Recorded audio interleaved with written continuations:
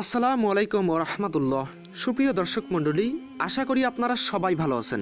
প্রিয় দর্শক, মিলনে কেন আপনি 1 থেকে 2 মিনিটের বেশি থাকতে পারেন না, সমাধান জেনে নিন এবং তার সাথে আলোচনা করব বেশিক্ষণ বীর্য ধরে রাখবেন কি করে, জেনে নিন কিছু টিপস। এবং ভিডিওর মাঝখানে আলোচনা করব আপনার বীর্য যদি খুব পাতলা হয়ে থাকে তাহলে কিভাবে ঘন করবেন সে সম্পর্কে জানতে পারবেন। তাই আজকের ভিডিওতে একদম সঠিক সলিউশন দেওয়া হবে ইনশাল্লাহ। তাই আজকের ভিডিওটি খুব গুরুত্বপূর্ণ, পুরো ভিডিওটি দেখবেন, ইনশাল্লাহ ফল পাবেনই। আর সঠিক পথের যাত্রী চ্যানেলটি সাবস্ক্রাইব করবেন এরকমই আরও ভিডিও পেতে। তো চলুন শুরু করি। যৌন মিলন এক প্রকার খেলা। এই খেলাতে এক্সপার্ট হতে হলে আপনাকে ভালোভাবে এই বিষয় জানতে হবে কিভাবে নিজেকে অধিক সময় মিলনের কাজে ধরে রাখা যায়। আমাদের দেশের মানুষ যৌন শিক্ষা একেবারেই অজ্ঞ, তাই এই বিষয়ে ভালো ধারণা না থাকায় অহর সুখের সংসারে বয়ে যাচ্ছে ঝড়। অথচ আপনার একটু সচেতনতাই পারে আপনাকে এই থেকে পরিত্রাণ দিতে। আমাদের দেশের বেশিরভাগ পুরুষ যৌন মিলন বলতে যা বোঝে, যৌন মিলন বলতে তারা বোঝে শুধু পুরুষের যৌনাঙ্গ নারীর যৌনিতে প্রবেশ করানো এবং বীর্যপাত ঘটিয়ে উঠে যাওয়া। ভুল ভুল ভুল, আপনার ধারণা একেবারেই ভুল। ভাই, আপনার যৌন তৃপ্তি আছে, আপনার বইয়ের কি তৃপ্তি নাই? আসলে এই ভুলটাই করে থাকে আমাদের দেশের প্রায় 80% পুরুষ। যৌন মিলন শুরু করবেন আদর দিয়ে। নারীরা সারা শরীরে যৌন উত্তেজনা কাজ করে, তাই প্রথম 15 থেকে 20 মিনিট তাকে আদর করুন। আদর করতে করতে তাকে উত্তেজিত করুন, নিজে সম্পূর্ণ নিয়ন্ত্রণ করুন। হতাশা বা টেনশন নিয়ে যৌন মিলন করলে খুব দ্রুত বীর্যপাত ঘটে যাবে, তাই মাথা ঠান্ডা রেখে যৌন মিলন করুন। প্রথম মিলনে নারীরা অনেক ভয় পেয়ে থাকে, এটা সম্পূর্ণ স্বাভাবিক ব্যাপার। এবং প্রথম মিলনে বেশিরভাগ পুরুষের 1 থেকে 2 মিনিটের মধ্যে বীর্যপাত ঘটে, এও স্বাভাবিক ব্যাপার। তাই এই বিষয়গুলো নিয়ে একেবারে চিন্তিত হবেন না। যদি দেখেন সবসময় যৌন মিলনে টাইম কম পাচ্ছেন তাহলে অবশ্যই অভিজ্ঞ চিকিৎসকের পরামর্শ নেবেন। মনে রাখবেন, আপনার যৌন জীবনে অশান্তি মানেই আপনার জীবন তেজপাতা। বিশেষ মুহূর্তে যৌন দুর্বলতা, শুক্র স্বল্পতা, মিলনের সময় কম, লিঙ্গের শিথিলতা সহ যে কোনো যৌন সমস্যায় অভিজ্ঞ চিকিৎসকের পরামর্শ নিন এবং স্থায়ী চিকিৎসা গ্রহণ করুন। 2. বেশিক্ষণ বীর্য ধরে রাখবেন কি করে, জেনে নিন কিছু টিপস। ছেলের যদি করার সময় 10 মিনিটের মাথায় বীর্যপাত হয় সেটি সম্পূর্ণ স্বাভাবিক, একে দ্রুত বীর্যপাত বলা যাবে না। এমনকি 6 থেকে 7 মিনিট ও স্বাভাবিক বলা হয়। আপনি তখনই আপনার এই বিষয়টি নিয়ে চিন্তা করবেন যখন আপনার তার থেকেও কম, অর্থাৎ 1 থেকে 5 মিনিটে বের হয়ে যাবে। কেবল তখনই আপনি বলতে পারবেন যে আপনার এই সমস্যা, অর্থাৎ দ্রুত বের হয়ে যাচ্ছে। দাম্পত্য জীবনে অসুখী পুরুষের আজকাল অভাব নাই। বর্তমানে অনেক পুরুষ মিলনে স্থায়ী করতে পারেন না, বহু কারণ থাকতে পারে এর পিছনে।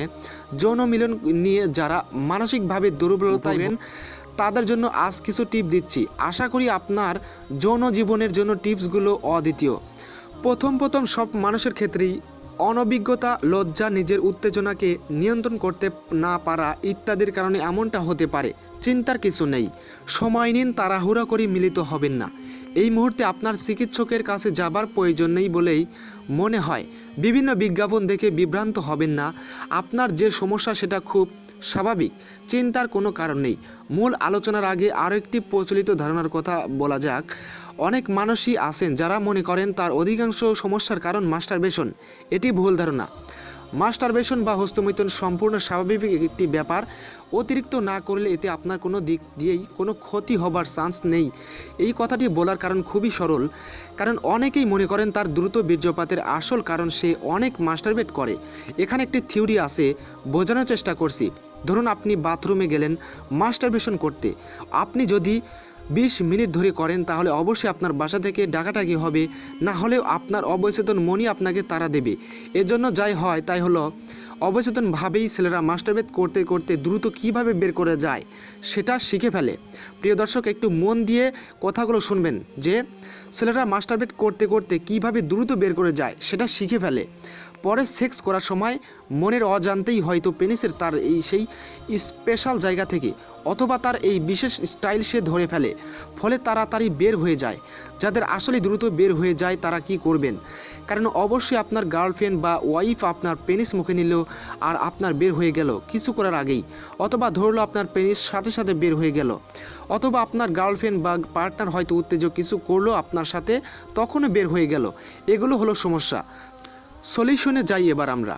একটি ব্যাপার স্বাভাবিক, ধরুন আপনি অনেক দিন করেন না, আপনার পার্টনারের সাথে অনেক দিন পর করতে গিয়ে উত্তেজনায় দ্রুত বের হয়ে আসলো স্পাম। এটি স্বাভাবিক, এতে ঘাবড়ানোর কিছু নেই, এটি আপনার অক্ষমতা নয়। এবার আসুন দেখি যাদের দ্রুত বের হয়ে যায় তারা কি কি করতে পারেন। শরীরটাকে আপনার পার্টনারের শরীরের উপরে সমান্তরালে রাখার চেষ্টা করুন। শরীরের পুরো ভার আপনার পার্টনারের উপর দিয়ে দিন। এই অবস্থাতেই খুব রিল্যাক্সভাবে আপ ডাউন করুন। মনে রাখবেন, যদি শরীর আলগা করে আপ ডাউন করতে যান তবেই কিন্তু আউট হয়ে যাবে। হাতের উপর জোর বাড়ানো, অনেক সময় দেখা যায় ছেলেরা করার সময় বা প্রায় সব ভর পেনিস দিয়ে থাকে, এতে দ্রুত বের হয়ে যেতে পারে, তাই তাতে জোর বাড়াতে হবে। মিলনের আগে অবশ্যই মন শান্ত রাখতে হবে, কোনোভাবেই নিজেকে উত্তেজিত করা যাবে না, মনে আজে বাজে চিন্তা আনা যাবে না। মনে রাখবেন, যৌন মিলন ক্ষণস্থায়ী হওয়ার মূল কারণ শারীরিক ও মানসিক মন দিয়ে অস্থিরতা অনুভব করা। সকল প্রকার মানসিক শারীরিক অস্থিরতা বা চাপ কমিয়ে নিজেকে সহজ করুন। এক পজিশনে বেশিক্ষণ না করে পজিশন বদলে বদলে করতে হবে। একটি পদ্ধতি হলো একবার বের করে দেয়া।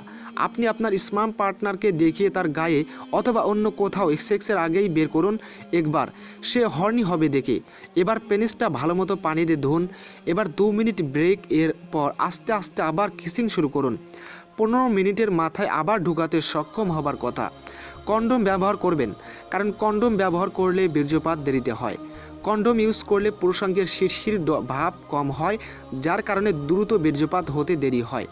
যে কোনো প্রকার নেশাজাত দ্রব্য পরিহার বাধ্যতামূলক। একদিন যাবৎ যৌন ক্ষমতা ধরে রাখার জন্য এবং যৌন মিলন দীর্ঘস্থায়ী করার জন্য তামাকজাত দ্রব্য, মদ, অগ্রাণ, নেশাজাত ওষুধ সম্পূর্ণরূপে বর্জন করতে হবে। ঢোকানো অবস্থায় যদি আপনার মনে হয় যে এখনই বের হয়ে আসছে, তখন আর সোজা ধাক্কা না দিয়ে ঘোরানো শুরু করেন। হাত দিয়ে পেনিস ধরবেন না। যৌন মিলনের ক্ষেত্রে অবশ্যই ফোর প্লে পদ্ধতি অনুসরণ করবেন। প্রয়োজনে বেশি সময় নিয়ে ফোর প্লে করবেন। বেশিক্ষণ এক আসনে যৌন মিলন করবেন না। ঘন ঘন আসন পরিবর্তন করুন। নতুন তো যেমন মনোযোগ রোমাঞ্চিত করবে, তেমনি মিলন দীর্ঘস্থায়ী করবে, তবে সঙ্গীর দিকে অবশ্যই নজর দিতে হবে। প্রিয় দর্শক, এখন আপনাকে একটি খুবই ইম্পর্টেন্ট একটা টিপস দিতে চলেছি, তাই এই টিপসটি আপনি অবশ্যই মন দিয়ে শুনবেন। তো আপনি করবেন কি, একটি অভ্যাস প্র্যাকটিস করুন বাসায়। নিজেকে উত্তেজিত করে বের হওয়ার ঠিক আগ মুহূর্ত পর্যন্ত নিয়ে যান, এরপর আবার স্বাভাবিক হন বের না করে। এটি সপ্তাহে একেবারের বেশি না করাই ভালো, কারণ এতে দেহের ক্ষতি হতে পারে।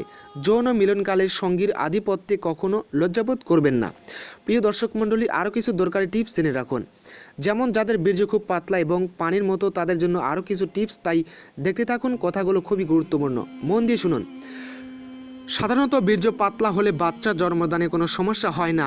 আপনি প্রতিদিন 2 কোয়া রসুন, খাঁটি গাওয়া ঘি ভেজে মাখন মাখিয়ে খেতে পারেন, তবে খাওয়ার শেষে একটু গরম পানি বা দুধ খাওয়া উচিত, এতে ভালো ফল পাবেন। যৌবন রক্ষার জন্য রসুন অন্যভাবেও খাওয়া যায়।